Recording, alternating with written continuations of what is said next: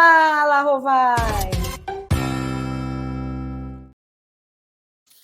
Fala, Rovai, o editorial do Fórum 11h30, queridas e queridos, o dia chegou, o dia pós-eleição, o dia de fazer balanço, o dia de olhar os números, o dia de ver quem ganhou, quem perdeu, quem empatou, como é que estamos, quais são os jogos finais no segundo turno nas cidades. E eu estou aqui tranquilo, né, achando que temos um copo meio cheio ou meio vazio. Você pode olhar para a parte cheia ou para a parte vazia. Eu diria que temos um copo 60%, 65% cheio e 30%, 35%, 40% no máximo vazio. Há uma parte do copo mais cheia do que vazia e os números são claros em relação a isso, né? Mas tem gente que vai olhar sempre o copo vazio. Os ultras pessimistas, alguns deles se assumem, inclusive. Tem o meu amigo Miro, que eu tenho um carinho imenso, que ele mesmo fala: eu sou o maior dos pessimistas, sempre faço análises pessimistas. Mas eu tinha razão, eleição muito difícil. No segundo, o Boulos foi para o segundo turno com 1% na frente do Marçal. Né? Quem achava que estava decidido também, talvez ele não estava mais certo que quem achava que estava difícil. Estavam todo mundo mais ou menos ali na mesma canoa. Deu Boulos no segundo turno, numa eleição que será muitíssimo difícil contra Ricardo Nunes. Essa é a grande eleição, é a batalha das batalhas. Eu comentava ontem que, falando com a assessoria do Boulos, com pessoas que estão no comando da campanha, um deles me dizia: Rovai, as pesquisas mostram que é mais fácil ir com o Marçal. Então, temos que achar que é mais fácil ir com o Marçal. Porém, nos preparamos durante um ano para uma disputa com o Nunes. E eu acho que estamos mais preparados para essa disputa do que para uma disputa com o Marçal. Ou seja, essa pessoa, no íntimo dela, preferia ir com o Nunes, pelo preparo, e que acha que dá, sim, para fazer a virada eleitoral que São Paulo merece. Eu estou com alguns gráficos que a gente já mostrou no programa. O Guilherme, o Tati, quem tiver nos bastidores aí, pode pôr esse gráfico de vereadores por partido. Vejam, o MDB foi o que mais elegeu vereadores nessa eleição, 8 mil vereadores. Ele saiu de 7.350 para 8 mil. O MDB, o atual MDB, que foi PMDB por muito tempo, e veio antes foi MDB também, ele sempre foi um partido municipalista. O que significa isso? Que ele tem representação em todos os municípios. Sempre foi grande, o maior partido em prefeituras e em vereadores. E nessa eleição ele continua sendo o maior partido como vereadores.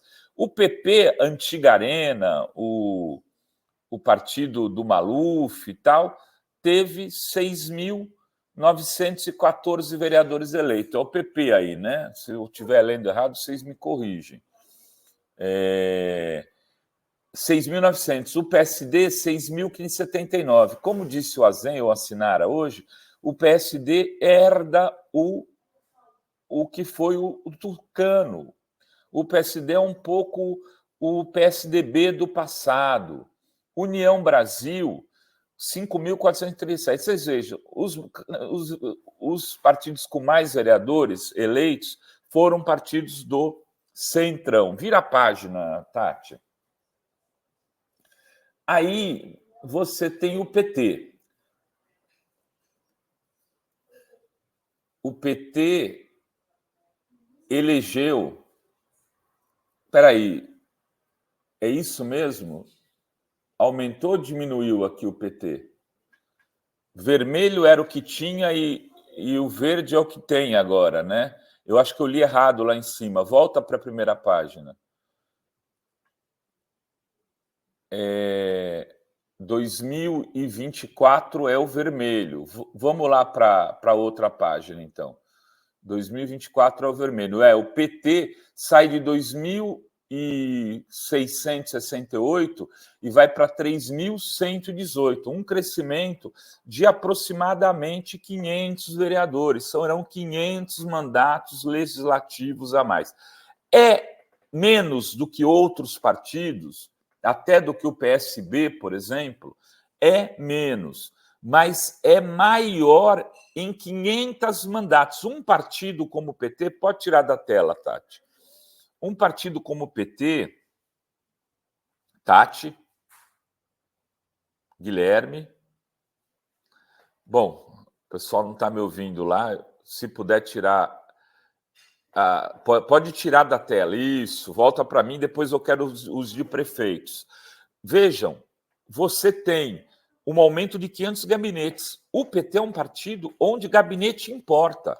Aí você vai me dizer, o que aconteceu? Elegeram mais em que cidades? Eu não sei. Mas, vamos dar um exemplo. Em São Paulo, elegeu 9 vereadores. E no Rio de Janeiro, o PT elegeu uma bancada boa de vereadores, capital. Em Porto Alegre, elegeu uma bancada boa de vereadores, capital. Em Teresina, elegeu uma bancada boa de vereadores, capital. Em Fortaleza, elegeu uma bancada boa. Então, teve lugares que, mesmo perdendo, o PT fez uma bancada boa de vereadores e nas capitais, mas em cidades pequenas também. Então, aquela cidade que não tinha nenhum vereador, elegeu um do PT, passa a ter. Caraguatatuba, alguém disse aqui, Caraguatatuba, o PT elegeu uma das mais votadas, a quarta mais votada da cidade é uma vereadora petista. Ela passa a ser referência para a cidade, seu mandato passa a ser uma referência. Em Santos, o doutor Caseiro, aqui que está conosco todas as sextas-feiras, teve 5.000 votos. Foi o mais votado do PT, o terceiro mais votado da cidade, e a Débora Camilo teve 8.000 votos, do PSOL a mais votada da cidade. Você tem 2 mandatos muito fortes de vereadores.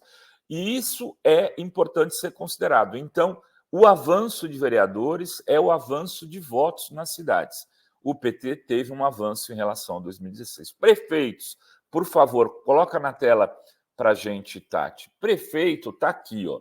O PT, acho que é o primeiro, segundo, terceiro, quarto, quinto, sexto, sétimo, oitavo, nono partido, né? Agora precisa ver em número de eleitores dessas cidades eleitas. O PT está com 253 prefeitos. Tinha quantos na eleição passada? Tem esse dado aí, Tati? Mas, se eu não me engano, era 170, alguma coisa assim. Aumentou em quase 40%, 50% o número de prefeitos. O PSOL não elegeu prefeitos, então não teve mais. O PCdoB elegeu 19, eu não consigo ler direito aqui, vocês me auxiliem.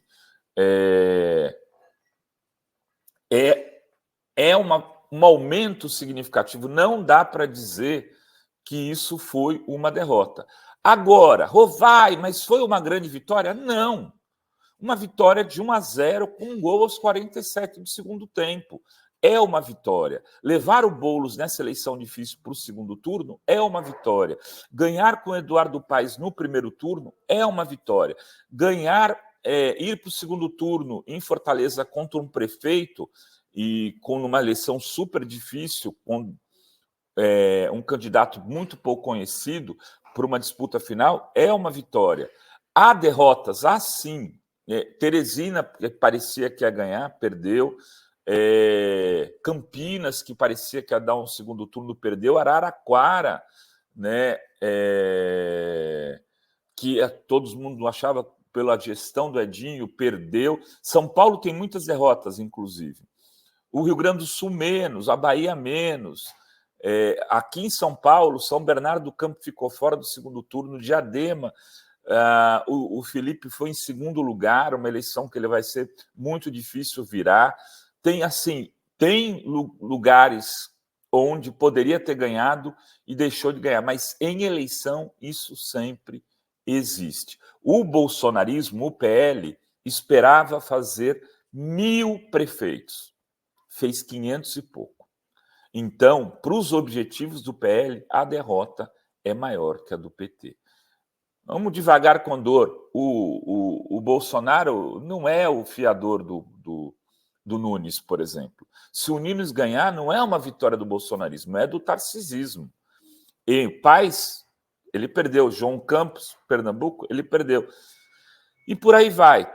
Até em Cuiabá, o Lídio, o candidato do PT, foi ao segundo turno numa eleição contra o Brunini, que deve ter um cara com grande rejeição.